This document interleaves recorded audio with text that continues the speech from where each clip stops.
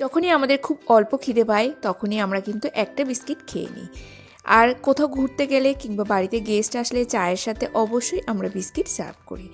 আজকে তোমাদের কাছে শেয়ার করছি বেকারি স্টাইলের একদম tasty and crunchy biscuit recipe. রেসিপিটার জন্য তোমাদের সামান্য কিছু উপকরণ হলেই যথেষ্ট। আর বিস্কুটগুলো আমি বানাবো ওভেন এবং কড়াই দুটোর সাহায্যে। অতি অবশ্যই আমার রেসিপিটা ট্রাই করো। আর রেসিপিটি ভালো লেগে থাকলে লাইক শেয়ার সাবস্ক্রাইব করে দিও। আজকে বিস্কুট বানানোর জন্য আমি এখানে বাটার নেব। তো এখানে আমি দুরকম বাটার দেখালাম, একটা সল্টেড একটা আনসল্টেড। তোমরা এখানে সল্টেড বাটারও ব্যবহার করতে পারো। আমি আনসল্টেড বাটার ব্যবহার করলাম, মানে এখানে নিউট্রিলাইটের হোয়াইট বাটারটা ব্যবহার করলাম। তো এখানে 1/3 কাপ আমি দিয়ে দিলাম বাটার। এরপর এর মধ্যে দিয়ে দেবো আমাদের সেকেন্ড উপকরণ। এখানে আমি নিয়েছি গুঁড়ো চিনি। বাড়িতে থাকা রেগুলার চিনিটাকে আমরা গ্রাইন্ড করে নিয়েছি, সেখান থেকে আমি 1/3 কাপ চিনি অ্যাড করে দিলাম। চিনির বদলে কিন্তু তোমরা এখানে গুড় ব্যবহারও করতে পারো, মানে দানা গুড়টাকে তোমরা গ্রাইন্ড করে নিয়ে সেটাকে 1/3 কাপ করে নিতে পারো। চিনি আর বাটারটা আমরা ভালো করে হ্যান্ড হুইস্কারের সাহায্যে হুইস্ক করে নিচ্ছি যতক্ষণ না একদম একটা ফ্লাফি ভাব চলে আসছে। তো এখানে আমি ইলেকট্রিক হ্যান্ড বিটারটা ব্যবহার করছি। যদি তোমাদের কাছে ইলেকট্রিক হ্যান্ড বিটার না থাকে তাহলে তোমরা হ্যান্ড হুইস্কারের সাহায্যে হুইস্ক করতে থাকবে যতক্ষণ না বাটার চিনি মিক্সড হয়ে একদম একটা ফ্লাফিনেস চলে আসে। এখানে আমার মিক্সড হয়ে গেছে। এরপর এর মধ্যে আমরা অ্যাড করে দেবো সামান্য দুধ।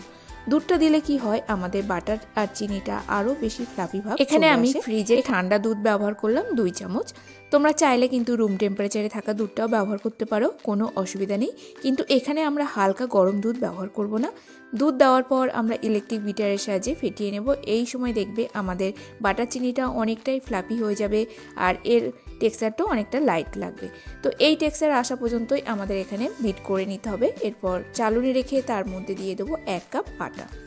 আটার বদলে তোমরা এখানে ময়দাও ব্যবহার করতে পারো। তার সাথে আমরা অ্যাড করে দেবো বেকিং পাউডার। এখানে আমি 1/2 টিএসপি বেকিং পাউডার নিয়েছি। আর যে কাপগুলো আমি মেজারমেন্ট দেখাচ্ছি এটা 250 ml যে মেজারমেন্ট কাপের সেট থাকে সেই সেটেরই আমি মেজারমেন্ট দেখালাম। দিয়ে দিলাম 1/4 টিএসপি বেকিং সোডা আর সামান্য 1/8 টিএসপি মতো এখানে সল্ট অ্যাড করলাম। যদি তোমরা এখানে আমুলের সল্টেড বাটার ইউজ করো তাহলে এখানে লবণ ইউজ করো না। আমি যেহেতু সাদা বাটার ব্যবহার করেছি তার জন্য লবণটা ব্যবহার করলাম। এখানে ফ্লেভার আমি কোনো কিছুই অ্যাড করলাম না, তোমরা চাইলে এলাচের গুঁড়ো অ্যাড করতে পারো। এরপর আমাদের বিস্কুটগুলো আরও ক্রাঞ্চিনেসের জন্য এখানে অ্যাড করে দিলাম 1.5 টিএসপি সুজি। সুজিটা অ্যাড করার ফলে কিন্তু আমাদের বিস্কিটের খুব সুন্দর একটা খাস্তা এবং ক্রাঞ্চি ভাবটা আসবে। এরপর একদম আলতো হাতে ময়দা আর আমাদের বাটারটা মেখে নেব। এখানে কিন্তু জোরে খুব একটা ঠেসে মাখবো না। যদি হাতের গায়ে একটু চিপচিপে ভাব আসে তাহলে আমরা 1 চামচের মতো ময়দা দিয়ে দেব বা আটাও ছড়িয়ে দিতে পারি। আমি এখানে 1 চামচের মতো ময়দা দিলাম, দিয়ে আবারও ভালো করে ডোটা রেডি করে নিলাম। আমাদের বিস্কুটের ডোটা পারফেক্টভাবে রেডি হয়েছে কিনা বোঝার জন্য অল্প একটু ডো নিয়ে হাতের সাহায্যে গোল করে নিয়ে চ্যাপটা করে নিলাম। এরপর যদি মনে হয় আমাদের সাইডগুলো ভেঙে যাচ্ছে তাহলে এখানে কিন্তু সামান্য 1/2 চামচের মতো আমরা দুধ অ্যাড করে আবার একদম একটা সফট ডো রেডি করে নেব। ডোটাকে আমরা 10 মিনিটের জন্য, যেহেতু ঠান্ডার সময় ওই জন্য বিস্কুটের ডোটা আমি বাইরে রাখলাম। চাইলে তোমরা কিন্তু নর্মাল ফ্রিজে 10 মিনিটের জন্য রেখে দিতে পারো। এরপর আমি নিয়েছি এখানে 6 ইঞ্চি কেক টিন আর তার সাথে নিয়েছি 8 আটের স্কোয়ার টিন। টিন দুটোকে ভালো করে অয়েল ব্রাশ করে নেব। অয়েল ব্রাশ করে নিলেই চলবে, এর মধ্যে কোনো প্রকার বাটার পেপার কিংবা ইকো বেকের পেপার লাগানো। 10 মিনিট পর আমরা বিস্কুটের ডোর থেকে গোল গোল করে বিস্কুট রেডি করে নেব। তো তার জন্য আমি নিয়েছি 1 টেবিল স্পুন। এই টেবিল স্পুনের মাপে আমি প্রতিটা বিস্কুটের ডো থেকে গোল করে নিচ্ছি। তোমরা তোমাদের পছন্দ মতো কাটার বা শেপ দিতে পারো। বিভিন্ন ধরনের কিন্তু আজকাল মার্কেটে কুকি কাটার পাওয়া যায়, সেটার সাহায্যে কিন্তু তোমরা কুকি কাটারের শেপ দিতে পারো। আমি এইভাবে হাতের সাহায্যে গোল থেকে একটু চ্যাপটা করে নিয়ে সাইডগুলো ভালো করে সমান করে দিচ্ছি। একটা খুব সুন্দর গোল শেপটা এখানে নিয়ে আসলাম। এরপর আমি নিয়েছি কিছু কাজু বাদামের টুকরো। বিস্কুটটা কাজু বাদামের টুকরোর উপরে দিয়ে হাতের সাহায্যে প্রেস করে দিলাম। এতে উপরে দেখতেও কিছুটা সুন্দর লাগে আর কাজু বাদামটার জন্য আরও কিন্তু ক্রাঞ্চিনেস আসে। চাইলে কিন্তু তোমরা যখন বিস্কুটের ডো রেডি করছিলে সেই সময় কিন্তু কাজু বাদামের কুচিটাও দিতে পারো। তো এইভাবে প্রতিটা বিস্কুট আমি তৈরি করে নিয়েছি। এখানে কাজু বাদাম দেওয়া বিস্কুটগুলো আমি ট্রের মধ্যে এক এক করে সাজিয়ে দিলাম। এরপর 6 ইঞ্চি বাটির মধ্যে আমরা দেব কিছু বিস্কিট। তার জন্য আমি একটা অন্য ডিজাইন করছি। তো চামচের সাহায্যে এইভাবে ঘুরিয়ে দিয়েছি, কিছুটা আমাদের যেরকম গুড ডে বিস্কুট খাই সেরকম একটা ডিজাইন চলে আসছে। এই 6 ইঞ্চি বাটিটা আমরা বেক করব গ্যাস ওভেনে। বিস্কুটের সাইডগুলো একটু হাতের সাহায্যে চেপে চেপে আমরা সমান করে দেবো, যাতে কোনোভাবে ক্র্যাক না আসে। 6 ইঞ্চি বাটির মধ্যে আমি এই ডিজাইনটাই রেখেছিলাম। আর এদিকে আমি ছোট ট্রেটা চেঞ্জ করে নিয়েছিলাম। এখানে আমি বড় ট্রের মধ্যে 12 ট্রেতে আমি ট্রান্সফার করে দিয়েছিলাম আমাদের বিস্কুটগুলো।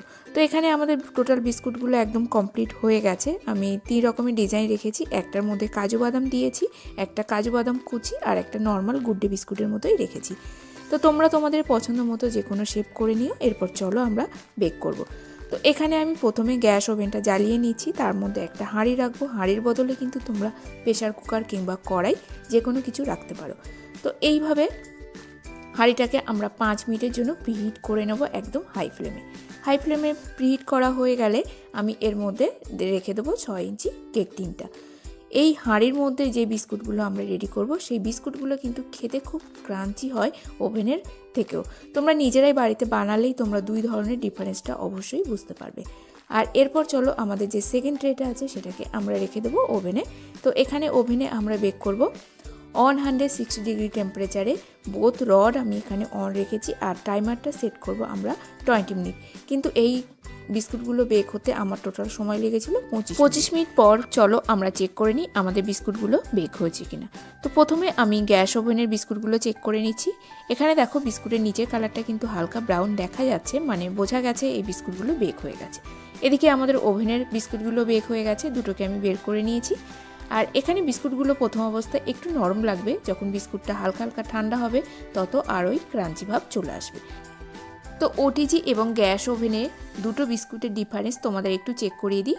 তো দেখো যেটা আমি গ্যাস ওভেনে বানিয়েছি সেটা কিন্তু কালারটা, নিচের কালারটা একটু বেশি ব্রাউন এসছে, আর যেটা ওটিজিতে করেছি সেটা কিন্তু হালকা কালার এসছে। দুটোর টেক্সচারই কিন্তু একদমই সেম। আর যাদের কাছে ওটিজি নেই তারা কিন্তু অবশ্যই গ্যাস ওভেনে এইভাবে বিস্কুট বানিয়ে ট্রাই করো। বিস্কুটগুলো খেতে কিন্তু খুব টেস্টি হয়।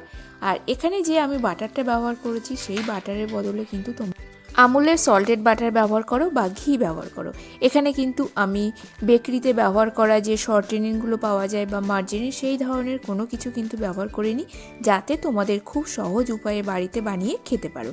আর এটা হেলদি ভার্সানও হলো। তোমরা আমাকে মার্জারিন ব্যবহার করার ফলে আমাকে অনেকেই কমেন্ট করেছো আমার রেসিপিগুলো আনহেলদি। তাহলে আমরা যখন পাইকারি বিজনেস করব তখন আমরা কোন জিনিসটা ব্যবহার করব সেটা অবশ্যই আমাকে কিন্তু তোমরা জানিয়ে দিও। আর এখানে বিস্কুটগুলো এক এক করে আমি অ্যাসেম্বল করে নিচ্ছি। টোটাল আমরা যে 1 কাপ আটা দিয়ে বিস্কুট রেডি করেছি, এখানে কিন্তু 20 পিসের মতো বিস্কুট রেডি হয়ে যাবে। যে কোনো এয়ারটাইট কন্টেনারে ভরে আমরা বিস্কুট রেখে দেবো, তাহলে বিস্কুটের ক্রাঞ্চিনেসটা কিন্তু সেম থাকবে। আর বিস্কুটগুলো যদি এইভাবে আমরা খোলা রেখে দিই তাহলে বিস্কুটটা একটু সামান্য নরম ভাব চলে আসবে 1-2 দিনের মধ্যে। আর বিস্কুটের শেলফ লাইফ হলো 1 সপ্তাহ। 1 সপ্তাহের মধ্যে আমাদের বিস্কুটগুলো শেষ করে নেওয়া দরকার, কারণ এর মধ্যে কোনো প্রকার আমরা প্রিজারভেটিভ ব্যবহার করিনি। আজকের বিস্কুট রেসিপিটা কেমন লাগলো বন্ধুরা অবশ্যই কমেন্ট করে জানিও। ভালো লেগে থাকলে লাইক, কমেন্ট, শেয়ার, সাবস্ক্রাইব করতে ভুলো না। তার সাথে আমার রেসিপিটা প্রচুর শেয়ার করো। তো আজকের মতো ভিডিওটি এখানেই শেষ করছি। দেখা হবে নতুন একটা পর্বে। আর অতি অবশ্যই আমার বিস্কুট রেসিপিটা কিন্তু বাড়িতে তোমরা ট্রাই করে জানিও রেসিপিটা কেমন লাগলো।